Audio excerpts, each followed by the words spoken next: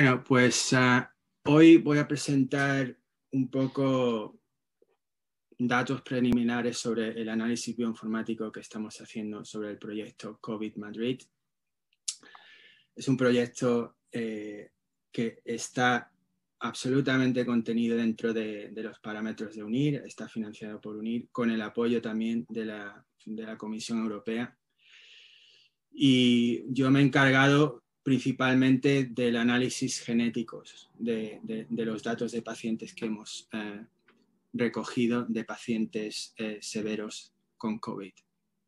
Entonces, mi presentación consiste en daros a conocer un poco la justificación del proyecto, también el tipo del diseño de análisis genético y bioinformático que hemos realizado para este análisis. Y luego presentaré algunos análisis o resultados preliminares.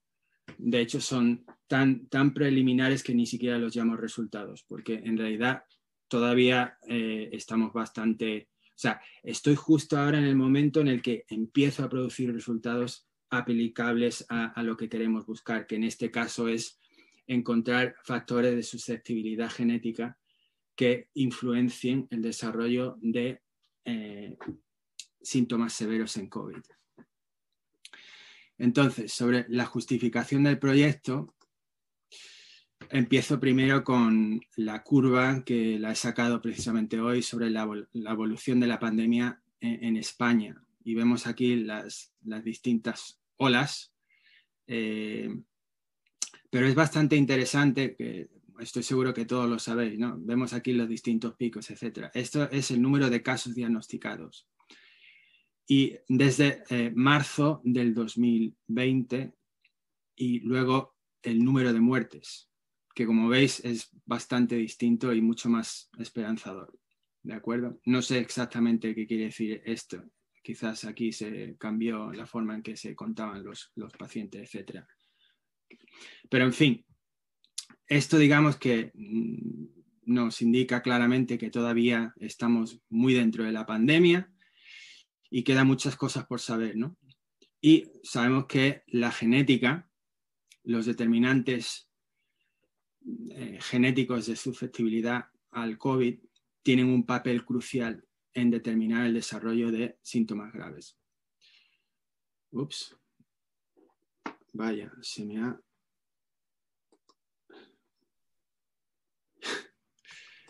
se me ha parado el... Esto es el Brexit. Pido disculpas. Nada. Si esto sale. No sé por qué me ha pasado esto. Pero en fin. A ver.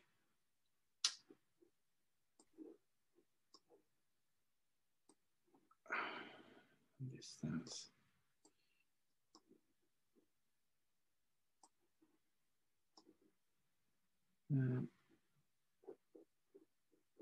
View.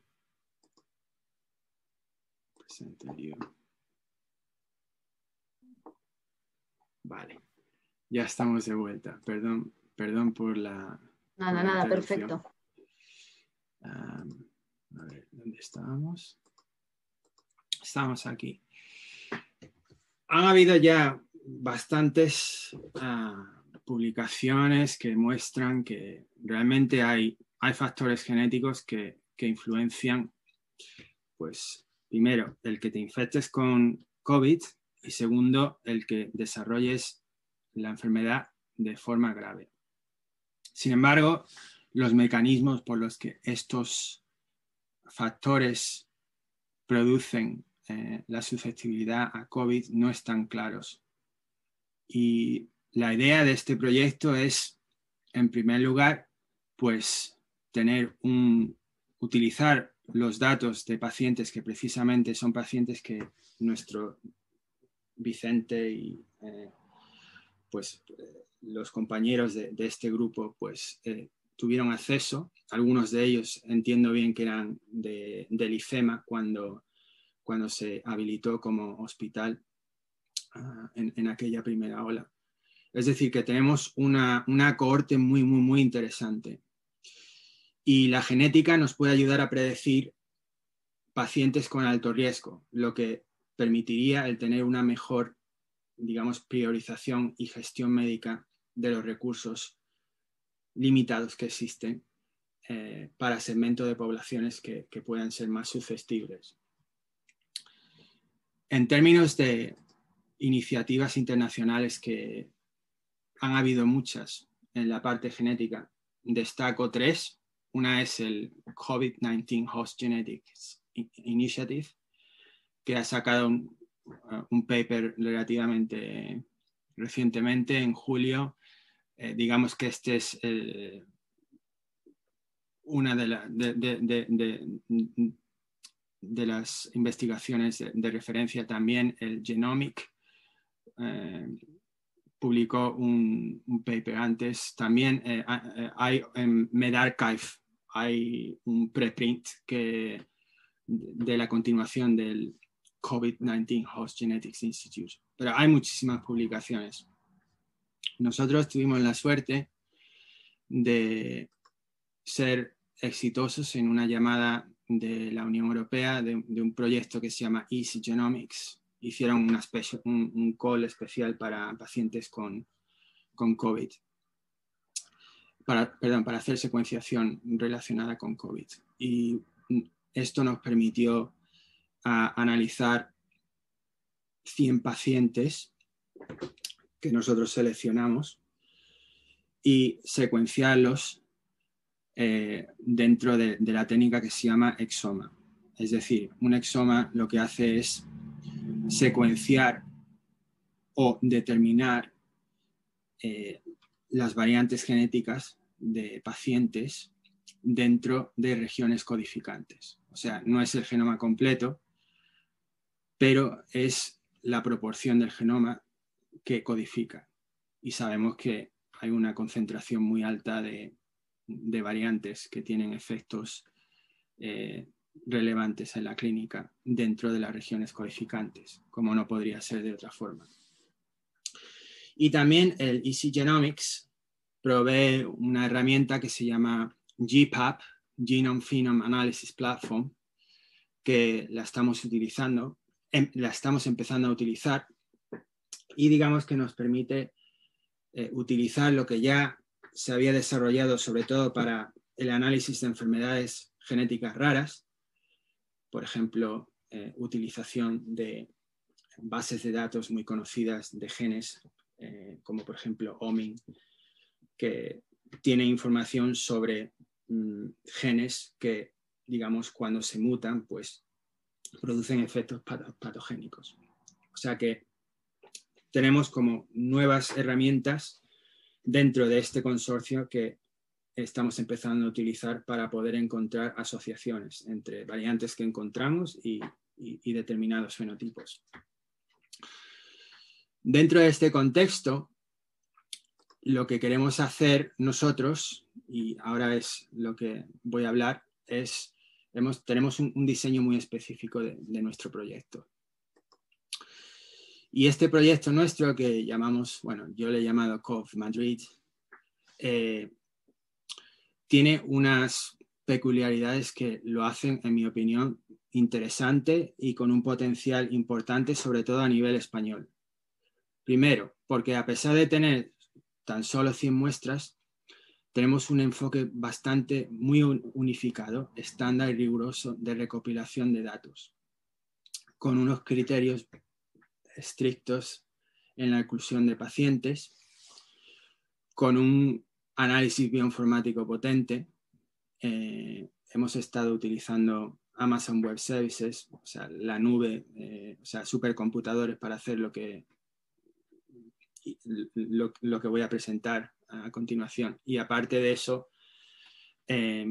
tenemos un análisis completo y además de todos y cada uno de los pasos que hemos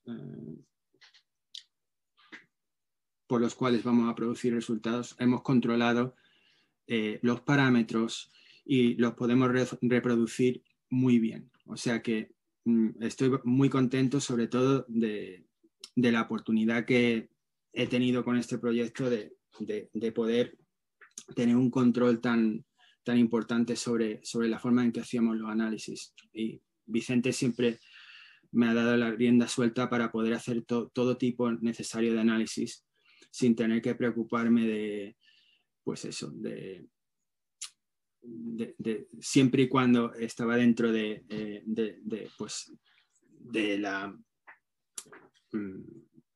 consentimiento, ¿no? Teníamos un consentimiento de análisis muy, muy extenso. Entonces, también lo interesante es el hecho de que estamos desarrollando una descripción fenotípica muy específica a los pacientes que hemos visto. Hemos encontrado que muchas de las descripciones estándares que existen en el análisis de fenotipos de pacientes con COVID, pues son hasta ahora bastante limitados. Y nosotros tenemos la suerte y el conocimiento, pues, de tener unas descripciones fenotípicas muy rigurosas, muy específicas. Hemos estado trabajando en ellas y esperamos publicarla pronto. También el análisis, el hecho de que en realidad este análisis está impulsado por médicos. Yo simplemente lo que hago es analizar los datos genéticos de los médicos, pero eso, digamos que lo hace mucho más aplicable a la hora de, pues, su aplicación práctica en la clínica y bueno, a la hora de poder describir las peculiaridades muy específicas de los pacientes, ¿no? Y aparte de eso, que como tampoco conocíamos bien la enfermedad, yo he visto a lo largo de estos meses que hemos estado trabajando, pues que nuestro conocimiento sobre el tipo de síntomas, el tipo de clasificaciones, el tipo de descripciones de los pacientes, pues va evolucionando, ¿no? O sea que es muy innovador, ¿no? Y esto pues hace que tengamos un análisis impulsado por la relevancia en la clínica que nos permitirá conocer susceptibilidades a infecciones por COVID, nos permitirá saber si hay factores que se relacionen con la respuesta inmunológica, así como factores no inmunitarios de riesgo de enfermedad. He perdido la noción del tiempo, no sé cuánto tiempo me queda. 15 minutos. Vale.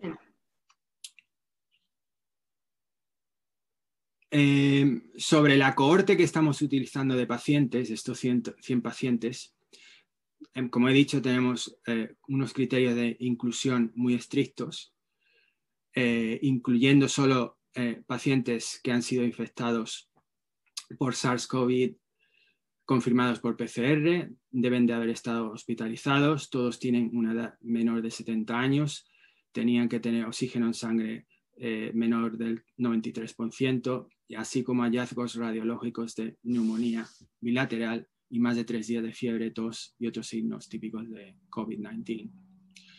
Las muestras se obtuvieron de células mononucleares de sangre periférica e hisopos orales. Y aquí tenemos la demografía.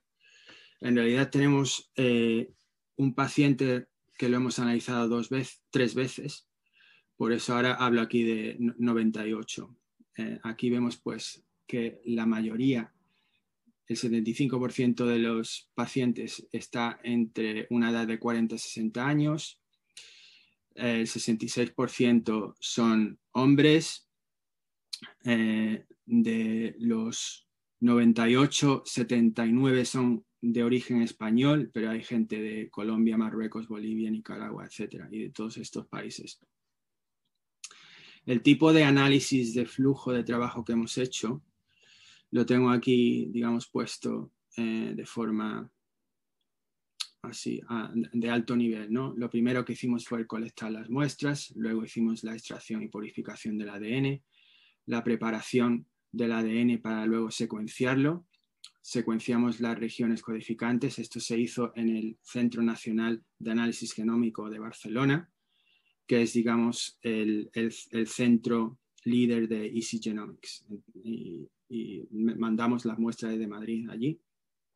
Luego, cuando ellos me devolvieron los datos crudos, lo que hice fue el proceso normal bioinformático de análisis de datos de secuenciación de ADN, que incluyen no voy a ir en los detalles, pero bastante bioinformática. Al final termino con variantes. Estas variantes son, digamos, diferencias que encuentro en cada uno de los pacientes con respecto al genoma humano de referencia, es decir, solamente miro, y vamos, esto es un proceso estándar, solamente me quedo con aquellas, con aquellos trozos de ADN que son distintos al genoma de referencia, y estos son los que analizo. Y para analizarlos lo primero que hago es filtrarlos a través de una serie de criterios que hablaremos en unos instantes. Una vez que filtro estas variantes, porque claro, por cada exoma estaba aproximadamente consiguiendo unas 200.000 variantes, ¿no? O sea, que una vez que las filtro, pues a lo mejor me quedo con 30.000. Y luego de esas 30.000 lo que hago es priorizarlas de acuerdo con una serie de criterios. Y luego a partir de aquí lo que hago es sacar a ver qué genes de estas variantes que encuentro, qué genes son aquellos que han sido afectados por dichas variantes, y a ver si hay diferencias entre la población general y la población que nosotros tenemos de pacientes de COVID, a través de una interpretación de resultados rigurosa. Este proyecto, como digo, está todavía verde. La razón por la que estoy presentando estos resultados preliminares es simplemente para enseñar lo que hemos hecho hasta ahora en estos meses. Y bueno, aquí van los, digamos, sumarios estadísticos. Primero, cuando nos devolvieron los resultados, nos dieron 716 ficheros para estas 100 muestras, que ocupaban 600 gigas. Luego, estos ficheros crudos, al procesarlos, se convirtieron en 1 terabyte de datos, que es muy pesado, básicamente, estos 100 ficheros.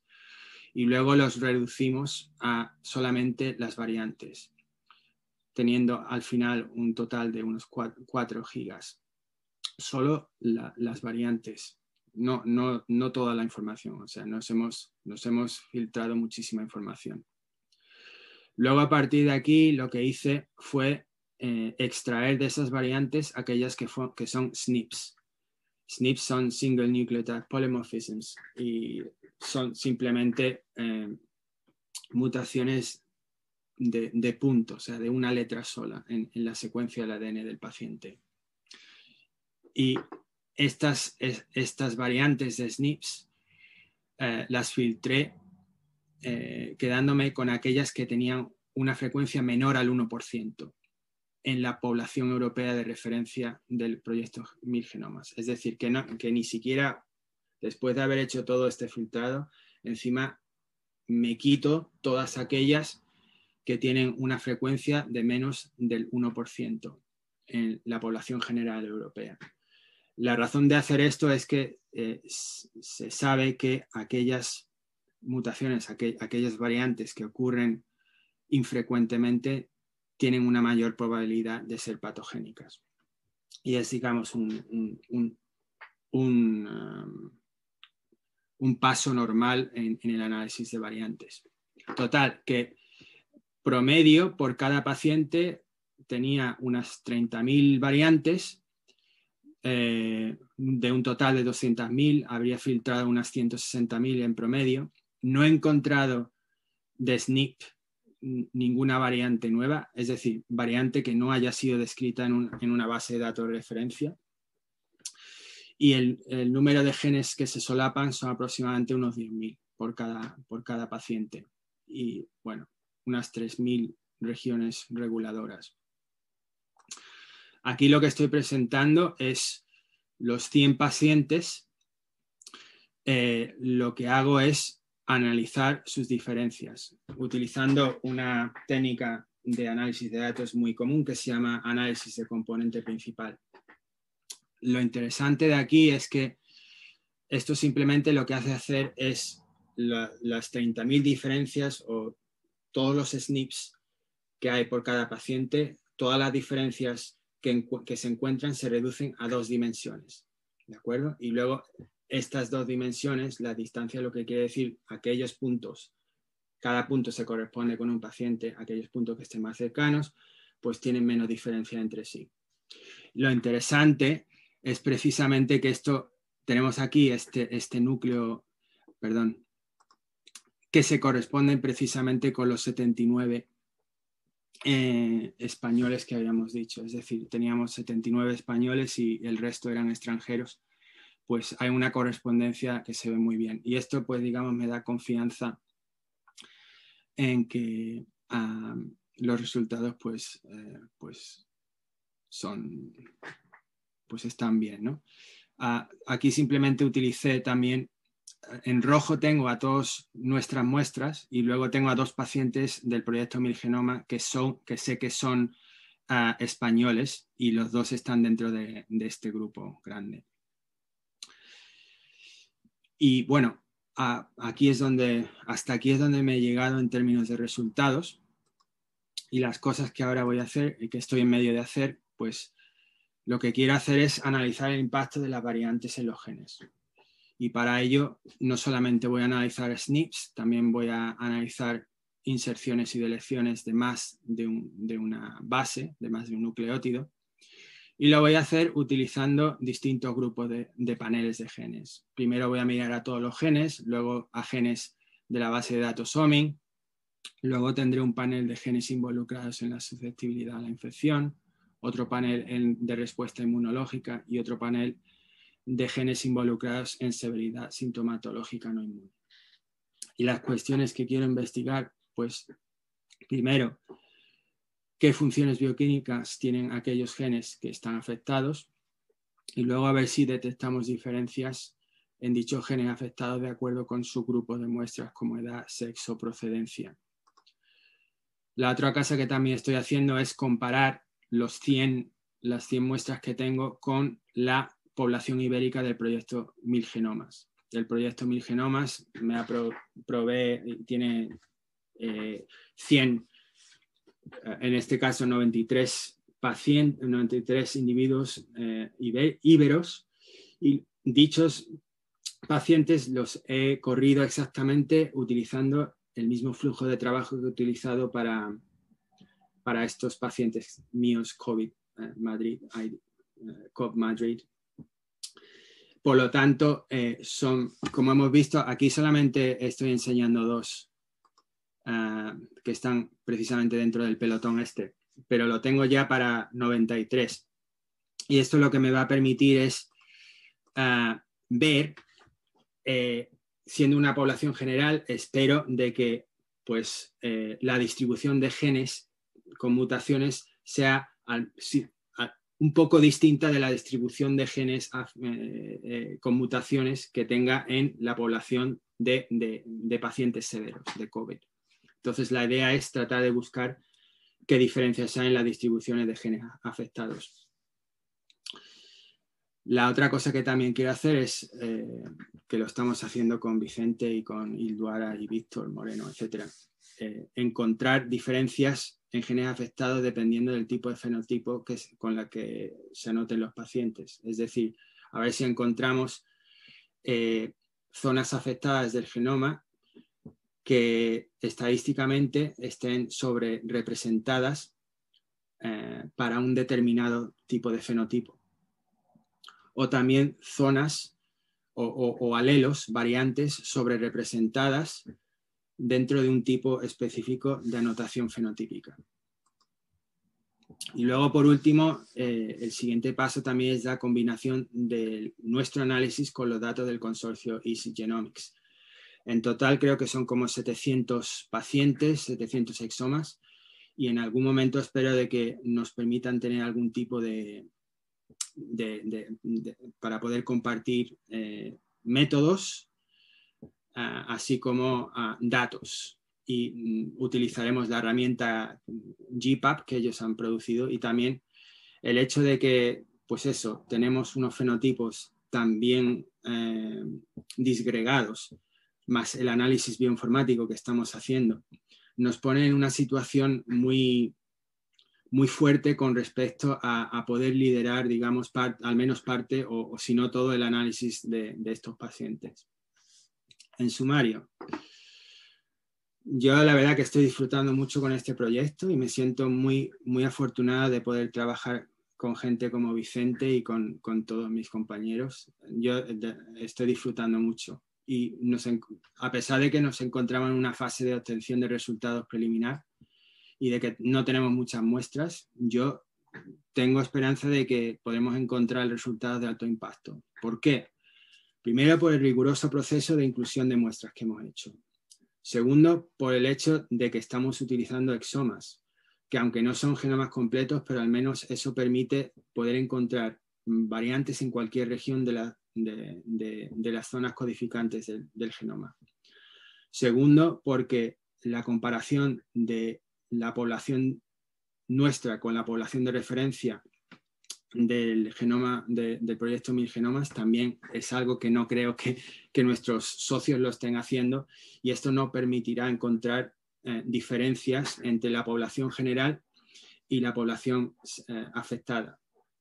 Y yo creo que en general la variedad del tipo de análisis genético, bioinformático y fenotípico que estamos haciendo pues es bastante novedosa por la anotación profunda de los fenotipos, así como su estandarización. Y por último, también tengo esperanza de que podamos tener un alto impacto porque todavía queda mucho por investigar y hay mucho que no se sabe. En términos de mis observaciones finales, es que yo estoy convencido de que nuestro análisis va a tener un potencial pionero con la población española. No creo que este tipo de análisis, a pesar de que hay otras iniciativas en España, creo que nosotros podemos contribuir significativamente. Luego, los fenotipos y descripciones clínicas son únicas e innovadores. Y por último, nuestros métodos y resultados serán fácilmente aplicables al resto del consorcio y tenemos una oportunidad de liderar aquí. Y con esto, dar las gracias a las personas que han contribuido en ello, especialmente a Vicente, con quien es un placer trabajar. Muchas gracias. Muchas gracias, Manuel. ¿Preguntas? ¿Algún comentario? Manuel, yo solo en mi desconocimiento, supongo. O sea, ¿por qué crees que dices que puede tener gran impacto, sobre todo para la población española? Pues porque estamos utilizando pacientes españoles principalmente. Y no creo que yo tenga conocimiento. Sé que han habido análisis utilizando arrays, pero de secuenciación de población española, que yo sepa, no hay. Y bueno, las pequeñas, pues eso, que tenemos una pequeña muestra, pero bastante extensa en términos de análisis genético y fenotípico de pacientes españoles. Ya, pero o sea, entiendo que lo que estás buscando es algún gen que esté afectado que pueda explicar por qué esa gente, que no sea solo la edad, ¿no? Que sea esa gente relativamente joven, se pone mala por el SARS, Sí. por el coronavirus, ¿no? Pero no creo que eso dependa tanto de la raza o de que sea Depende población mucho, española, ¿no? Sí. Depende mucho porque... Vale, esa era mi pregunta. Porque hay, no sé si el principal componente de análisis que te enseñé, hay muchas variaciones que se encuentran naturalmente entre distintas poblaciones. El hecho de tener una población muy homogénea reduce el ruido y esto te aumenta la discriminación. Las probabilidades de encontrar algo. Sí. Vale. Yo un comentario, Manuel. Durante estos días, pues muchos de los pacientes son del Hospital Puerta de Hierro, son pacientes hospitalizados, la mayoría son relativamente jóvenes. Los datos los han trabajado sobre todo Ilduara, Víctor y Carmen, y la verdad es que es impresionante el intentar granular, que es lo que tú has explicado de alguna manera, ¿no? La clínica de los pacientes, pero al final, como clínico, como médico, te puedo decir que te pones un poco en la situación y acabas con la sensación clara de que estos son 4 o 5 imágenes que se han reproducido en diferentes pacientes con formas graves, pues el cuadro de coagulopatía, el cuadro pulmonar, muy, muy concreto, que lleva a un paciente a síndrome de respiratorio agudo y a UCI, cosas extrapulmonares, y luego un cajón que es, te puedes imaginar al clínico, que se llama sistémico, que es, no se sabe nada específico, es la tormenta de citoquinas, ¿no? Señores que van tirando y al día 10 se ponen muy malitos y no sabes muy bien, se pone muy malito encefalopatía, coagulopatía, disnea.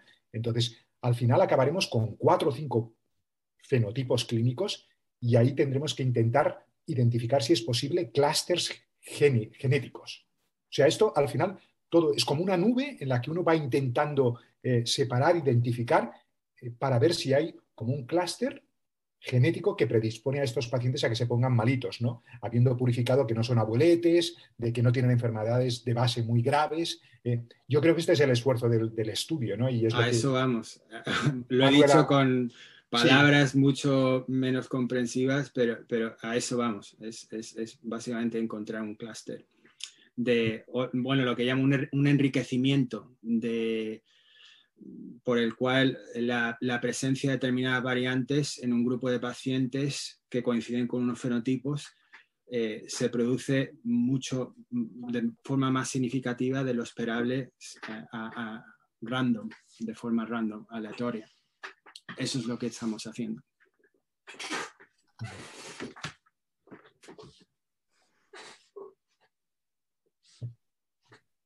Félix, sí. No te oímos ahora. ¿No me oís? Sí, ahora sí. Darte la enhorabuena, Mari. Creo que es un trabajo ímprobo y desde luego muy voluminoso, ¿no? El manejar tal cantidad de datos, de nucleótidos, alinearlos y ponerlos ahí en orden, eso es un trabajazo, ¿no? Y primero, bueno, completando lo que tú has comentado, ¿no? Y lo que ha aportado también Vicente, yo también abundar, ¿no? en que en la parte de laboratorio yo creo que lo que se pone de manifiesto es la importancia de la fase preanalítica, ¿no? De hacer una buena selección de pacientes con unos criterios de inclusión claros que permitan luego extraer conclusiones que realmente sean aplicables, ¿no? Y que se puedan aplicar y que, como tú bien indicabas, Mani, pues que permita obtener clústeres, ¿no? o digamos unos patrones de referencia que permite luego extrapolarlo hacia futuro. Y luego la pregunta que quería hacerte es, ¿tú crees que esto también es extrapolable ahora a esto que está emergiendo del COVID persistente? ¿También hay algo genético de base que hace que en algunos pacientes, no sé, el virus ahí se acantone y no haya manera ¿Eso es lo del long COVID? Long sí, COVID, sí. sí. Gente pacientes que mes y pico, 2 meses siguen dando positivo. Pues eso depende de las anotaciones que Vicente me dé. Si esas anotaciones las tenemos, pues a lo mejor encontramos algo. Pero estoy seguro que Vicente puede responder mejor que yo. Sí, no, yo creo, Félix, no, es muy interesante lo que dices, está muy de moda lo del long COVID. Una cosa es el long COVID, que es persistencia de sintomatología, que tiene un gran componente neuropsiquiátrico y esquelético, en el sentido de cansancio, fatiga muscular. Y otra cosa distinta es un pequeño subgrupo de pacientes que con o sin síntomas tienen persistencia de la PCR positiva para COVID. Entonces, lo segundo no es long COVID, sino es persistencia más allá de 10 días de material genético infectivo o más allá de un mes de material genético basura, que se llama defectivo. Entonces, eso se ha descrito sobre todo en inmunodeprimidos, gravemente inmunodeprimidos, por ejemplo, trasplantados. En el VIH no, porque la mayoría de los VIH toman antirretrovirales y tienen epidemia indetectable. Entonces, eso es un cajón desastre distinto del long COVID, pero el gran interés que tiene es que permite que el virus mute mucho más. Y, en teoría, se les ha echado la culpa a estos pacientes inmunodeprimidos que replican más tiempo el virus de que son los responsables de que aparezcan las variantes estas más distintas de lo esperable. ¿vale? Entonces, y en cambio el long COVID, que es lo que dice Manuel, pues yo creo que sí, gracias a Ilduara y a Víctor, sobre todo, a Pablo Barreiro y a Carmen, podremos acudir a estos pacientes que no se han muerto y en las consultas, cuando vienen después, identificar ese 10% de pacientes que no sabes muy bien qué pasa, que te continúan diciendo que su vida ha cambiado, que no son los mismos desde el punto de vista psicológico, que tienen una fatiga que les impide desarrollar su actividad laboral normal, que duermen peor, que la memoria pues, creen que se ha deteriorado bastante bruscamente. Estos son el long COVID, ¿no? Entonces, yo como internista soy un poco crítico porque me recuerda lo que llamábamos la mialgia encefalopática o la fatiga crónica, pero es verdad que es una entidad clínica de muy difícil objetivación por un biomarcador, pero que está ahí y que se ha descrito con otros virus, ¿no? Y que después de enfermedades víricas agudas, pues está ahí el tema, ¿no? Entonces, pues no sé, tenemos un problema diagnóstico, pero la enfermedad existe, o sea que, en fin, pues quizás con un approach genético, pues con la ayuda de Manuel sacaremos algo en el seguimiento de estos pacientes, si no.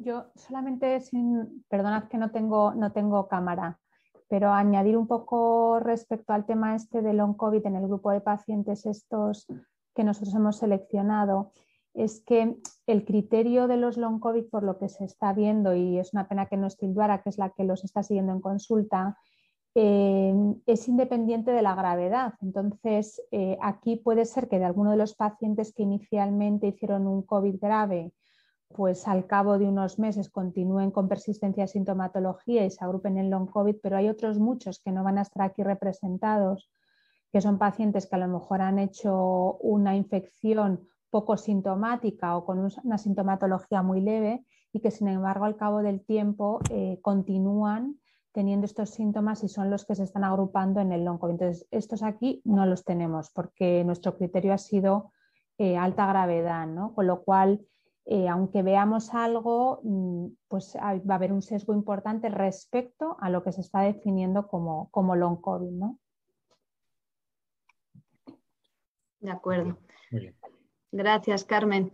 Bueno, ¿puedo preguntar?